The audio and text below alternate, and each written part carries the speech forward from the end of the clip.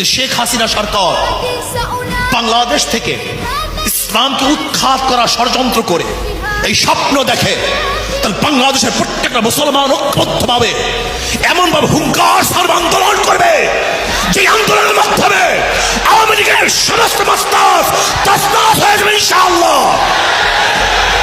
আপনি চিন্তা করতে পারছেন 92% মুসলমানদের দেশে এই ইতিহাস চলবে, সুরে ফেলবে ইতিহাস। বাংলাদেশের মুসলমানের সন্তানেরা ইতিহাস করতে পারে না।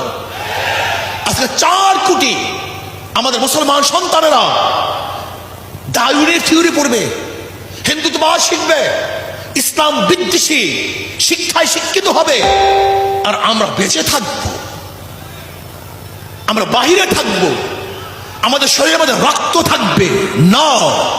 এই শরীরের মধ্যে 1 ফোঁটা রক্ত থাকা সত্ত্বেও নাস্তিকদের মধ্যে আন্দোলন সংগ্রাম চলবে ইনশাআল্লাহ।